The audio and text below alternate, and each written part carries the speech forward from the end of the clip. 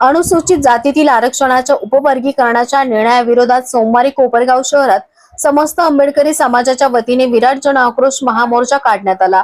या महामोर्चात कोपरगाव शहर तालुक्यासह जिल्ह्यातील विविध भागातून आलेल्या हजारो भीमसैनिकांसह आंबेडकरी समाज बांधवांनी उत्स्फूर्त सहभाग नोंदवला।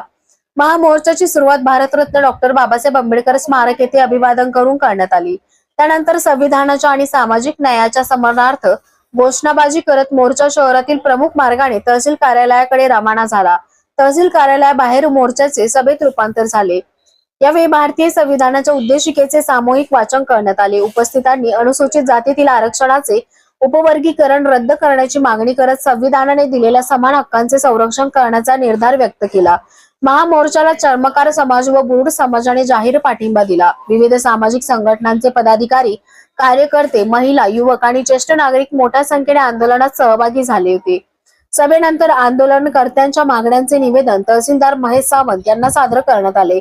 संपूर्ण आंदोलन शांततापूर्ण आणि शिस्तबद्ध वातावरणात पार पडले। कोणताही अनुचित प्रकार घडू नये यासाठी पोलिसांकडून कडक बंदोबस्त तैनात करण्यात आला। कोपरगाव एक्सप्रेस न्यूज साठी सुनील ससाने, कोपरगाव। पण झेंडा निळा पाहिजे। आता दांडा कसंही असेल असं चालणार नाही। झेंडा निळा जरी असलं चाललं बरं, पण दांडा मजबूत पाहिजे। भविष्यात आपल्या हातातला दांडा हा मजबूत ठेवावा लागणार ही काळाची गरज आहे। कारण झोपलेला असतो परत उठावता येतं, उठ बाबा, पण तो झोपेचा सोंग करतो आणि आपली जो चेष्टा करतो हे कमरात दांडा घातल्याशिवाय आपल्याला आता जमणार नाही। याच्याकरता उपवर्गीकरणाचा विषय घेऊन माझ्या सहकार्याने आम्ही तुमच्या समोर आलेला आहे। या गोष्टीच्या आरक्षणाच्या मुद्द्यावरती जे संविधानिक मार्ग आहे, आमच्या कुठल्या जाती धर्माला विरोध प्रत्येक वक्त्याने सांगितलं आणि मी तेच सांगतो। आरक्षण म्हणजे काय? अरे ज्या टायमाला बाबासाहेब आंबेडकरांनी एकसंघ या 59 जातीला आरक्षण दिलं, त्या टायमाला बाबासाहेबांची दूरदृष्टी होती की हा माझा गावखेड्यातला माणूस, गाववाड्याच्या बाहेर राहणारा माणूस हा एकसंघ झाला पाहिजे। आणि आता त्यांच्या डोळ्यात लक्षात आलंय का गावखेड्याच्या पट्टी फाटलेला माणूस आता पांढऱ्या कपड्यात दिसायला लागला, याच्या काड्या करायला आपल्याला काही हरकत नाही। तुम्ही किती काड्या करा, हो तुम्ही किती काड्या करा, तुम्ही एक काडीतील त्यांचे 10 जण उभे राहतील, तुम्ही 10 काड्या गेले त्यांचे 100 उभे राहतील, तुम्ही 100 काड्या केल्या त्यांचे 1000 जण उभे राहतील। तसं उत्तर दिलं जाईल। पण मी त्याच्यावर बोलणार नाही, सगळे मान्यवर त्याच्यावर बोलले। मी फक्त याच्यावर बोलणार आहे की हे सरकार किती जातीवादी आहे आणि या सरकारने बौद्ध समाजाला कसं टार्गेट केलेलं आहे।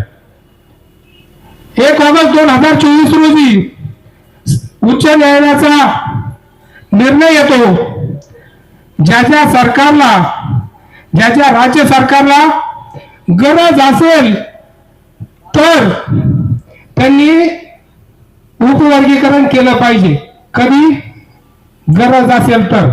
पण आमचे फडणवीस साहेब त्यांनी कुणाची पर्वा न करता, कुणाचा विचार न घेता उपवर्गीकरण लागू करण्याचा ठाम निर्णय घेतला। बदर समिती नेमली, बदर समिती नेमल्यानंतर बदर समितीचे सदस्य नेमले आणि त्या बदर समितीत एकही मांगाचा नाही, एकही महाराचा नाही, एकही समाजाचा नाही, एकही बुरुडाचा नाही, सगळे सवर्णाचे। अरे आरक्षण उपवर्गीकरण आमचं करताय का सवर्णाचं करताय? बदर समिती नेमली, 17 महिने घेतले, आदेश काढला नाही, अहवाल सादर केला नाही आणि आमचे 1 एप्रिल 2026 रोजी विधिमंडळात ठराव पास केला। 10 एप्रिलला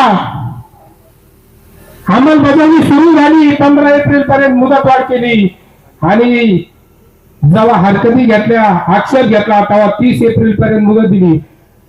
खरं सांगा भावानो, 14 एप्रिल, 1 एप्रिल ते 30 एप्रिल आपला बौद्ध समाज कशामध्ये गुंतलेला असतो? अरे तुमच्या बापाची जयंती आहे, त्या बापाच्या जयंतीत आमचा बौद्ध समाज महिनाभर त्या जयंतीची तयारी करत असतो। म्हणजे किती जातीवादपणा आहे। 1 ऑगस्टला तुम्ही अण्णाभाऊ साठेची जयंती, त्या दिवशी निर्णय लागू करता,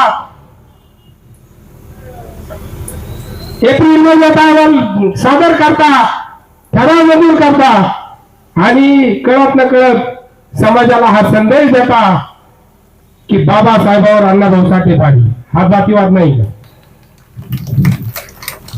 त्यानंतर बदल समिती नेमणी अहवाल सुरू झाले आणि आता SIR ची चौकशी नोंदणी सुरू आहे. SIR ची नोंदणी सुरू झाली. प्रत्येकाच्या घरोघरी कर्मचारी आता नोंदणी करून घेता की नाही साहेब? मग ह्या बदल समितीनं आमचं उपवर्गीकरण करताना आमच्या दारात आलं पाहिजे का नाही? अरे तुम्ही आमच्या दारात या, आम्हाला विचारा आम्हाला काय पाहिजे. अरे आम्हाला उपवर्गीकरण पाहिजे नाही पाहिजे. तुम्ही समाजाच्या दारात जा, तुम्ही बरुडाच्या दारात जा, तुम्ही महाराच्या दारात जा, तुम्ही मागाच्या दारात जा. तुम्ही आमचा विचार तर घ्या. आरक्षण आमचं आहे. आमच्या बापाने दिलं डॉक्टर बाबासाहेब आंबेडकरांनी. त्याचे तुकडे करण्याचा अधिकार तुम्हाला कोणाला नाही. हे जो आरक्षण उपवर्गीकरणाचा घाट घातलाय त्या आरक्षण उपवर्गीकरणाच्या घाटामध्ये आता कोणी कुणावरही काही बोलायला लागलं. एक जण म्हणला महाराणी आरक्षणावर दरोडा टाकला. एक जण म्हणला महाराणी आरक्षण खाल्लं. अरे बाबा, आरक्षण खायचं नसतं, आरक्षण मिळवायचं असतं. त्याच्यासाठी स्पर्धा करायची असती, त्याच्यासाठी शिक्षण घ्यायचं असतं, 8 तास अभ्यास करायचा असतो, हाडाचं पीठ करायचं असतं, रक्ताचं पाणी करायचं असतं आणि ती जाणं फक्त मारायच्या बारामध्ये आयऱ्या काम नाही. म्हणून या आमचा विरोध मातंग समाजाला नाहीये. आमचा विरोध मुळात मातंग समाजाला नाही. मातंग समाज काल आमचा लहान भाऊ होता, आजही आहे, उद्या राहील. पण या RSSच्या दलालांना, या पाकिट मारांना जे बेछूट बोलायचं सूड दिलेलं आहे त्या दलालांना माझं एक सांगणं आहे.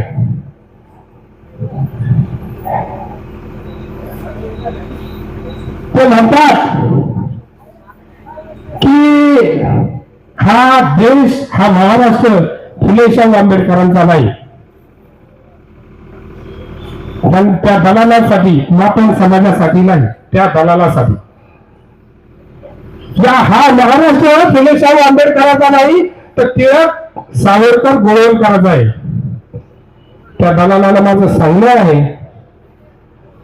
हा महाराष्ट्र छत्रपती शिवाजी महाराजांचा आहे, महात्मा फुलेंचा आहे, छत्रपती शाहू महाराजांचा आहे, डॉक्टर बाबासाहेब आंबेडकरांचा आहे, अण्णाभाऊ साठेंचा आहे. या महाराष्ट्राचे बाप फक्त फुले शाहू आंबेडकर आहे, कोणी आहे, बाकी त्याला आम्ही मानित नाही. म्हणून या जातीवादी सरकारने जो आपल्यावर अन्याय करायचं ठरवलेलं आहे त्या सरकारला आपण सडेतोड उत्तर या मोर्चाच्या माध्यमातून देत आहोत. या मोर्चाच्या माध्यमातून या सरकारने जागं व्हावं, वेळोत वेळी जागं व्हावं, नाही तर या सरकारला आमचा आव्हान आहे. या मोर्चाच्या माध्यमातून आव्हान करतो, तुम्ही उपवर्गीकरण लागू करायची तयारी करा आणि 29 ला तुम्हाला मुख्यमंत्री होऊ देणार याची तयारी करतो.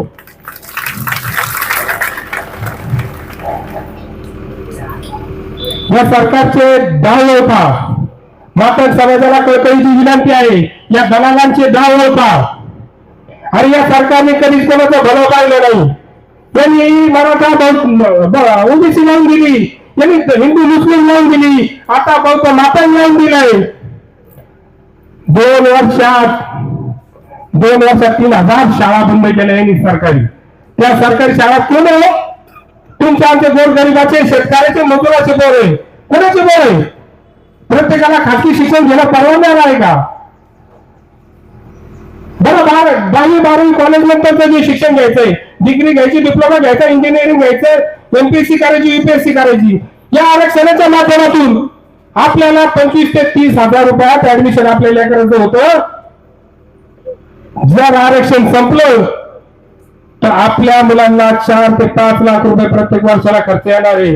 डॉक्टर तर सोडून द्या, डॉक्टर व्हायचं असलं तर 1.25 कोटी 1.5 कोटी रुपये खर्च येतो. आमच्या पप्पूबाईचे पण पुतणे डॉक्टर झाले. म्हणून यांचा डाव ओळखा आणि ही सुरुवात आहे. ही चळवळ या मोर्चानंतर संपली नाही. जर या सरकारने आमचं ऐकलं नाही तर याच्या डबल आम्ही रस्त्यावर उतरू. आणि या सरकारला अजून एक सांगणं आहे, तुम्हाला वाटत असेल तुम्ही कर्नाटकमध्ये आरक्षण लागू केलं, काही बोलले नाही, पंजाबमध्ये केलं, हरियाणामध्ये काही बोलले नाही. हा महाराष्ट्र आहे आणि या महाराष्ट्रात महाराज जिवंत आहे. या महाराजांनी चळवळ अजून विसरली नाही. तुम्ही खैरांजली आठवा, तुम्ही विद्यापीठ आठवा, नामांतराचा लढा आठवा आणि भीमा कोरेगाव आठवा. पहिले लाखात होतो, आता कोटीत आहे. आणि हे लोक जर कोटीत उतरले तर तुमची हायगाई नाही, त्याच्या बाबा नाही. अरे हा अधिकार सुद्धा आमच्या बापाने दिला ना. ज्या बाबासाहेबांनी तुम्हाला सगळे अधिकार दिले त्या बाबासाहेबांचं संविधान तोडण्यासाठी तुम्ही या संघटनेचे लावून प्रयत्न करता, तुमचा जाहीर निषेध आहे. आणि म्हणून आपण तर आरक्षणाचं उपवर्गीकरण कधी होऊ देणार नाही. जीव घ्याल तर चालेल, पण आपल्यामध्ये जे किरकोळ घटक असतील, आपल्यामध्ये जे एकमेकांचे वैर असतील, आपल्या किती संघटना असतील, अजिबात तुम्ही त्यामध्ये मदत करू नका. कारण जर हे उपवर्गीकरण थांबायचं असेल तर आपल्याला एकत्र राहण्याशिवाय पर्याय नाही. अजिबात आपल्याला एकत्र द्यावं लागेल. आणि कोणी किती काय जरी बोललं तरी मोठे भाऊ हो, कोणी छोटे भाऊ हो, त्याच्या पोटामध्ये घ्या आणि एकटी टाकतील ना तर पडेल. नाही तर तुम्हाला सांगायचं बघा, पहिली क्रांती या सर्व भारतातल्या त्या धर्माला एकत्र ठेवायची क्रांती बाबासाहेबांनी केली भारतीय संविधानाच्या माध्यमातून. आणि आज जंतर म्हणतो क्रांती पण का महाराज केली, तोच आपली तितके मार्ग आहे लक्षात ठेवा. आणि ती क्रांती 2029ला हे सरकार करणार आहे. आपण आम्हाला सध्याचं काय घेणं नाही. त्यांनी काय दिलं आपल्याला, आता शिवाय आरपीचे 100 खासदार 50 आमदार आहेत. काय मला सांगा बरं. त्याच्यामुळे आम्हाला सध्या काय घेणं नाही. आमचा बाप बाबासाहेब, आमचा आजा बाबासाहेब, आमचा पंजा बाबासाहेब, आमचा विश्व बाबासाहेब आहे. आम्हाला काही कोणाचं घेणं नाही. आठवले साहेबांनी आम्हाला पक्ष काढला नाही काढलं काही फरक पडत नाही, पण आमच्यासाठी समाज पडला आहे. आणि म्हणून तुमच्या मनापासून क्रांतिकार जगन करतो. ज्या माता बांधवांनी बाबासाहेबांच्या बरोबर नाही त्यांना सलाम करतो. उलट आमचं म्हणणं ते मुख्य प्रवाह झाले पाहिजे, ते शिकले श्रम घेतलेले आहे त्यांच्यासाठी आता टाळ्या वाजवा अशी विनंती आपल्याला. कारण की हे योद्धे आहेत म्हणून आपण जागे आहोत. हे योद्धे नसते तर आपण झोपलेलोच असतो. कोण बोलतंय, कोण करतंय, कोण बघतंय, कोणाला कोणाशी काही घेणे नाही देणं नाही. नामोल्लेख भरपूर जणांचा करू शकतो, पण हे सन्माननीय आहे, ते सन्माननीयच राहणार. कारण की यासाठी सुद्धा आपल्या मनगटात दम लागतो आणि तो दम यांच्यामध्ये आहे, म्हणून यांनी हा मोर्चा आयोजित केला आहे. खूप काही व्यक्ती बोलले, अजून खूप प्रखर बोलले जाणार आहे. माझी विनंती आहे, अ ब क ड हे करून तिची जर विषमता करत असेल तर आमचा या पृथ्वी तलावर राहून उपयोग तरी काय.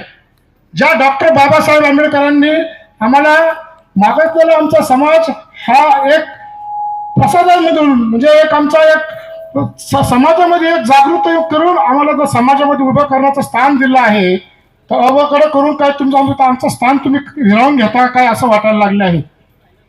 नक्कीच खूप काही बोलू शकतो, पण विनंती सर्वांना जागे राहा, जागृत राहा. आपण जर शांत राहिलो, आपण जर कोणत्याही प्रकारचं कोणती हालचाली केली नाही तर आपल्या आरक्षणावर गदा यायला वेळ लागणार नाही. म्हणून ज्या चळवळीमध्ये डॉक्टर बाबासाहेब आंबेडकरांनी आपल्याला जे काही आपल्या संविधानामध्ये आपल्याला जे काही प्राप्त करून दिलं त्याचं ते प्राप्त केलेलं आपल्याला सांभाळायचं आहे आणि ते आपल्याला शिरसंधान करायचं आहे. मी अखिल महाराष्ट्र बुरुड समाजाच्या वतीने या ठिकाणी जाहीर पाठिंबा या ठिकाणी या मोर्चाला आयोजित केला आहे. त्याचं कारणच असं आहे का ज्या बाबासाहेबांनी आम्हाला जे संविधानामध्ये लिहून आमचे आमदार झाले, खासदार झाले, मंत्री झाले, मोठमोठ्या पदावर जर आमचा समाज आहे तो फक्त या 13% आरक्षणामुळे आहे. आणि त्याचा जर आम्हाला अभिमान नसला तर आमचं काय उपयोग, काय करून उपयोग. म्हणून आमच्या काही मान्यवरांची मिटिंग झाली, चर्चा झाली, भरपूर जणांनी आमच्या समोर चर्चा केली आणि आम्ही कोणताही विचार न करता आम्हाला जर आमच्या ताटातच भाकरी जर वाटला जाणार असेल तर हे आम्हाला अजिबात मान्य नाही आणि हे आम्ही मान्य पण करून देणार नाही. धन्यवाद. बोलण्यासारखं खूप काय आहे, पण माझी विनंती आहे महिलांनी फक्त शांत बसा. सगळ्या पुरुषांनी एकदा महिलांसाठी टाळा वाजवा. कारण की या महिला भगिनी आपल्या पाठीशी उभ्या आहेत म्हणून आपण इथं स्टेजवर आहे, नाही तर आपला इथं राहण्याचा कसला अधिकार राहिला नसता. धन्यवाद. जय भीम, जय संविधान. आदरणीय बाबनरावजी गोलब साहेब यांनी आमच्या सर्व जिल्हा प्रमुखांची बैठक नाशिक या ठिकाणी घेतली आणि आम्हाला सांगितलं हे आपल्या समाजामध्ये म्हणजे आपली जी वज्रमूठ आहे ती वज्रमूठ तोडण्यासाठी खऱ्या अर्थानं या शासनाने हे षडयंत्र रचलेलं आहे आणि याचा आपल्याला संपूर्ण जिल्ह्यामध्ये नव्हे संपूर्ण राज्यामध्ये आपल्याला त्याचा निषेध करायचा आहे, विरोध करायचा आहे. आणि 30 जून रोजी आझाद मैदान मुंबई या ठिकाणी एक मोठं आपल्या सर्वांचं आंदोलन झालं आणि त्या आंदोलनामध्ये देखील आम्ही सर्व चर्मकार बांधव या उपवर्गीकरणाच्या विरोधामध्ये त्या ठिकाणी सामील झालेलो आहोत. आणि यापुढे आमचे मोठे बंधू आहेत. आमचा जो काही हा बौद्ध समाज आहे हा समाज म्हणजे आमचा मोठा बंधू आहे आणि हा मोठा बंधू ज्या ज्या वेळी समोर येईल त्या त्यावेळी त्यांचा लहान भाऊ म्हणून आम्ही त्यांच्या बरोबर निश्चितपणाने प्रत्येक वेळी उभा राहू, प्रत्येक आंदोलनामध्ये उभा राहू.